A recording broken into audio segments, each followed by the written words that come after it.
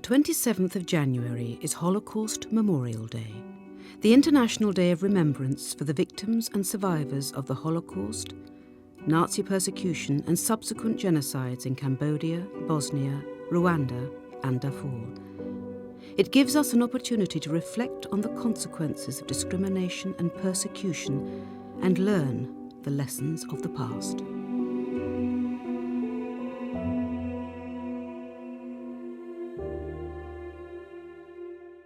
Between 1941 and 1945, the Nazis attempted to annihilate all of Europe's Jews. This systematic and planned genocide is known as the Holocaust.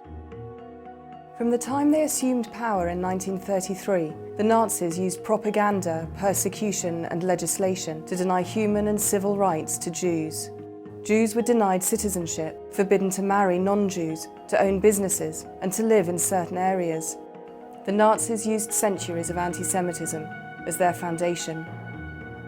Nazi persecution extended beyond Jewish people, political opponents, the Roma and Sinti people, disabled people, gay people, Jehovah's Witnesses, Freemasons and black people were all targeted, and hundreds of thousands of people were murdered. By the end of the Holocaust, 6 million Jewish people had been murdered in ghettos, mass shootings, concentration camps and extermination camps. I was 16-year-old when we arrived in Auschwitz-Birkenau. Within minutes, I got separated from my mother and 2 sisters. A few minutes later, I got separated from my father. I had no opportunity to say goodbye to them, and from that day onwards, I never saw them again. After Auschwitz, Eugene was imprisoned at the Buchenwald concentration camp. He was forced to work in the tunnels at the Dora Mittelbau labor camp and was finally imprisoned in the concentration camp at Bergen-Belsen. The scenes in Bergen-Belsen were terrible. There were dead bodies lying all over. The place was infected by typhus. I personally came down to 5 stone. For 50 years, Eugene said nothing of his ordeals, but now he speaks regularly about the atrocities that he experienced in his youth. In doing so, he has joined a group of survivors who work extremely hard to make sure that the Holocaust will never be forgotten. I've been speaking to universities, colleges, schools for 65 years, ever since I came over to this country in 1946. I've made numerous films about the Holocaust, particularly about Auschwitz, about my time on the Death March, and I have even taken some neo-Nazis back to the camp. It is very important that people understand what happened and learn something from what happened in the past, because we have no guarantee today that it cannot happen again. We believe it can happen to anyone, anywhere, at any time. Sadly, in the years that have passed since the end of the Holocaust, the world has seen genocide take place again and again.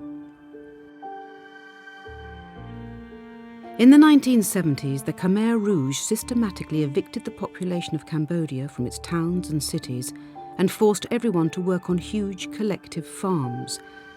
Anyone who refused or moved too slowly was killed. For 3 years, 8 months and 20 days, we were forced to labor, to work in the rice field, from sunrise to sunset, with only 2 bowls of rice soup a day. Jenny, my daughter, was 9 when she died, and she died of starvation because I had not enough rice to give her to her. To look at your daughter slowly dying of starvation, this is really hard for a mother, and I will never forget this. In Cambodia, the number of people murdered reached 2 million.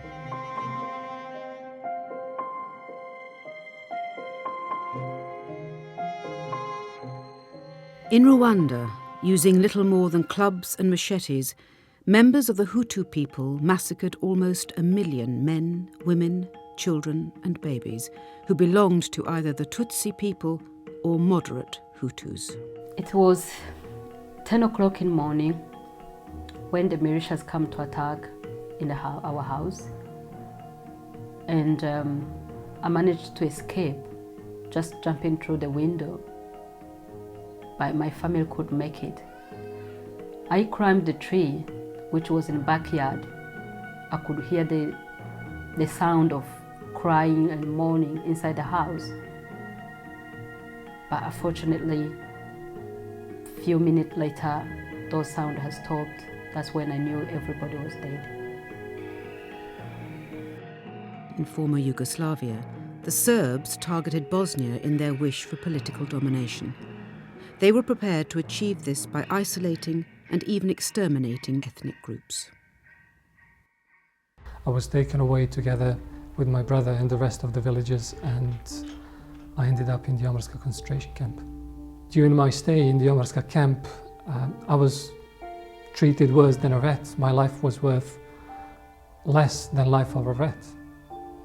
The worst aspect of being kept in the Omorska camp was the fact that the place was guarded by my former schoolmates, former neighbors, former policemen whose protection I relied before the war, and even former teachers. But lessons remain unlearned. Genocide is still taking place today. Right now, in the Darfur region of Sudan, against a backdrop of civil war and with the backing of the Sudanese government, members of the Arab population are currently persecuting black African farmers who they see as inferior people. To date, millions of people have been displaced and hundreds of thousands of men, women and children have been murdered in Darfur. On Holocaust Memorial Day, we have a chance to think about what we can do to put an end to persecution and discrimination.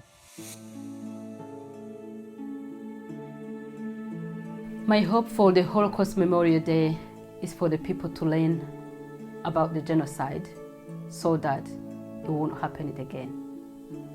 The more people commemorate the Holocaust on Holocaust Memorial Day, the more awareness there will be of the dangers and the more people will learn. I hope that the Holocaust Memorial Day can inspire people, especially young people, to understand that they can make a difference, that one person can make a difference. I want to ask the young people, as they are the decision makers of the future, to learn the lessons of the past so that these crimes will never happen again.